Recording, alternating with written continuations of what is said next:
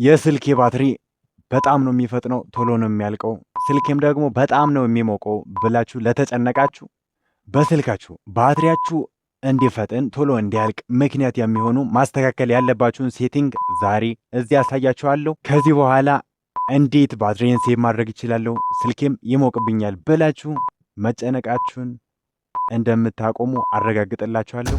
ከእናንተ የሚጠበቀው ይህንን ቻናል ሳብስክራይብ እንዲሁም ቪዲዮ ቀጣይነት እንዲኖረው ላይክ እንዲሁም ኮመንት እየሰጣችሁ ይህንን ቪዲዮ እስከ መጨረሻው መመልከት ብቻ ነው ስራችሁ የሚሆነው። እንግዲያውስ ሳብስክራይብ አድርጋችሁ ጀምሩ። ወደ ቪዲዮ። የስልካችን ባትሪ ቶሎ እንዲያልቅ የሚያደርገው አንደኛው ሴቲንግ ብራይትነስ ነው። አንደኛው የመጀመሪያው ብራይትነስ ነው። ሁላችሁም ብራይትነስ እናንተ በማትፈልጉ በጨለማ ላይ ያላችሁ ብራይትነስን መጨረሻ ላይ ከምታደርጉ ዜሮ ብታደርጉ ይመረጣል። ደግሞ አዳፕቲቭ ብራይትነስ የሚል ሴቲንግ አለ። እዚህ ጋር ሰርች እናደርጋለን። አዳፕቲቭ ብራይትነስ የሚል አለ። እሱን ኦን ታደርጉታላችሁ። እናንተ ለምሳሌ ብርሃን ላይ ስትሄዱ ስልካችሁ ስለማይታይላችሁ በራሱ ጊዜ አዳፕት ያደርግላችኋል። ከብርሃኑ ጋር እንዲስማማ ብራይትነሱን በራሱ ጊዜ ይጨምራል። እናንተ ጨለማ ስትገቡ ደግሞ እናንተ ምንም ሳቀንሱ በራሱ ጊዜ ይቀንሳል። ስለዚህ ይሄንን ኦን ማድረግ ነው ያለባችሁ። ስልካችሁ በተለይ ዳርክ ሞድ ብትጠቀሙ ባትሪያችሁ በጣም ይቆጠባል። ስለዚህ ብራይት ሞድ ከምትጠቀሙ ዳርክ ሞድ ብትጠቀሙ በጣም ይመረጣል። እሱንም እዚህ ባትሪ ኤንድ ፓወር ሴቪንግ በሚለው ላይ ገብታችሁ ማግኘት ትችላላችሁ። ያው እዚህ ጋር እነብል ዳርክ ቴሜ የሚል አለ። አሁን ይሄኔ ባጣፋ ስልክ እንዳለ ይበራል ማለት ነው። ይሄ ከዚህ ይልቅ ዳርክ ሞድ ለባትሪያችን በጣም ወሳኝና ማድረግ ያለብን ነገር ሆኖ ይታየናል። ስለዚህ ዳርክ ሞድ ብትከፍቱ ባትሪያችሁ ይቆጠባል። በሶስተኛነት ማድረግ ያለባችሁ አሁንም ሴቲንግ ላይ እንገባለን። ከዛ ባትሪ ኤንድ ፓወር ሴቪንግ የሚል እናገኘዋለን። ባትሪ ኤንድ ፓወር ሴቪንግ እዚህ ጋር አግኝቼዋለሁ። ባትሪ ኤንድ ፓወር ሴቪንግ በሚለው ገብቻለሁ። ወደ ታች ስክሮል እናደርጋለን። ቀስ ብለን ስክሮል ስናደርግ እዚህ ጋር እንደምታዩት አፕ ፓወር ኮንሰምፕሽን ራንኪንግ ይላል። አሁን እኔ ከምጠቀማቸው አፕሊኬሽኖች ውስጥ ፓወር ኮንሰምፕሽን በጣም ያገኘው በጣም ከፍተኛ ፓወር ኮንሰምፕሽን የጨረሰው የትኛው አፕሊኬሽን ነው የሚለውን እዚህ ጋር ያተኛል። ላስት 24 ሃወር ይላል። ከላስት 24 ሃወር ጀምሮ በጣም ከኔ ባትሪ እየበላብኝ ያለ አፕሊኬሽን ቢኖር እዚህ ጋር ዌዘር ይላል። ሁለተኛነት ያስቀመጠው ዩቲዩብ ነው።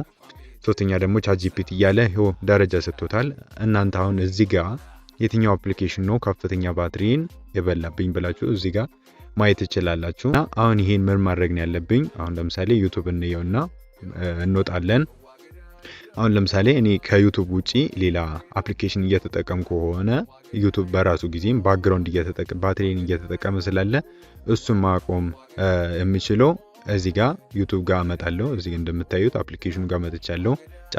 ጫና አድርጌ ይዟለሁ። ከዛ ኤፕ ኢንፎ የሚል አለ። እሱ ላይ እንገባለን። ከዛ እዚህ ታች መጨረሻ አካባቢ ምንድነው የሚለው እዚህ ጋር ፎርስ ስቶፕ የሚል አለ። ከዛ ፎርስ ስቶፕ የሚለውን ትነኩና ኦኬ ትሉታላችሁ።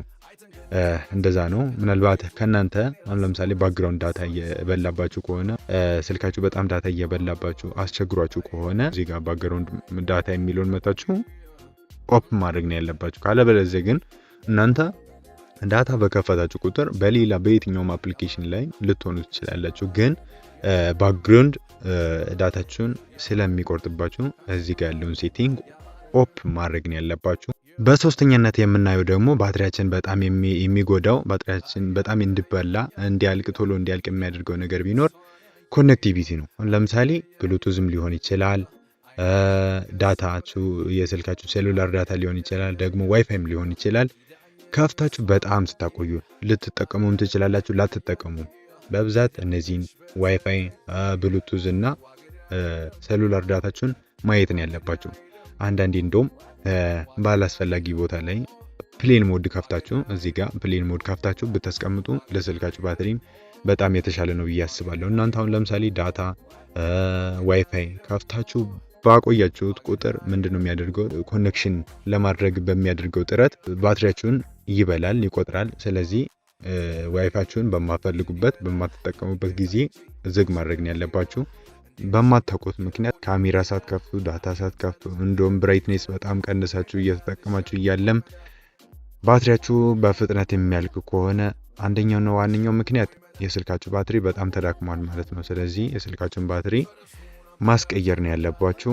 ከዛ ውጪ ግን በሳምንት ቢያንስ አንድ ጊዜ ወይም 2 ጊዜ ስልካችሁን ሪስታርት ማድረግ ነው ያለባችሁ። በዚህ ቪዲዮ ትምህርት እንደወሰዳችሁ እርግጠኛ ነኝ። እንግዲያውስ ከዚህ በኋላ እንደዚህ አይነት አጫጭር ቪዲዮዎች ለእናንተ ጠቃሚ የሆኑ ቪዲዮዎች እንዲደርሳችሁ ይህንን ቻናል ሰብስክራይብ አድርጉ። እንዲሁም ይህንን ቪዲዮ ላይክ አድርጋችሁ ለሚፈልጉት ሰዎች እንዲደርስ አድርጉ። ወደ